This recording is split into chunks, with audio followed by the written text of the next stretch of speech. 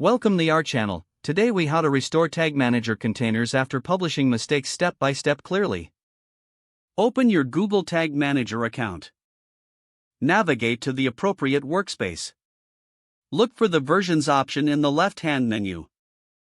Click on Versions to view the list of published versions. Identify the version prior to the mistake. Select that version to see its details. Click on the Preview button to review the tags and triggers in this version. Ensure that this version contains all necessary elements. Once confirmed, click the Publish button. A prompt will appear asking for confirmation.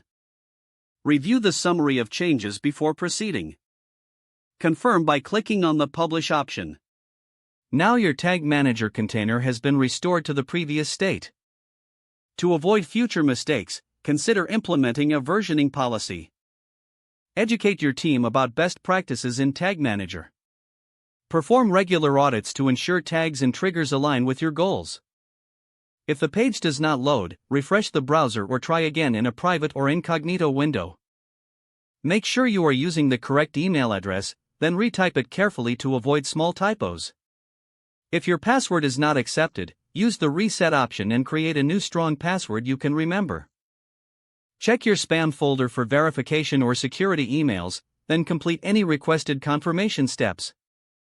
Enable two-factor authentication if available to improve account security and reduce unauthorized access risk. After signing in, review your profile details so your contact information and settings are accurate and current. If you see an error message, note it down and try again after restarting your device and internet connection. Log out when you finish, especially on shared devices, to keep your account and payment information secure. If the page does not load, refresh the browser or try again in a private or incognito window. Make sure you are using the correct email address, then retype it carefully to avoid small typos. If your password is not accepted, use the Reset option and create a new strong password you can remember.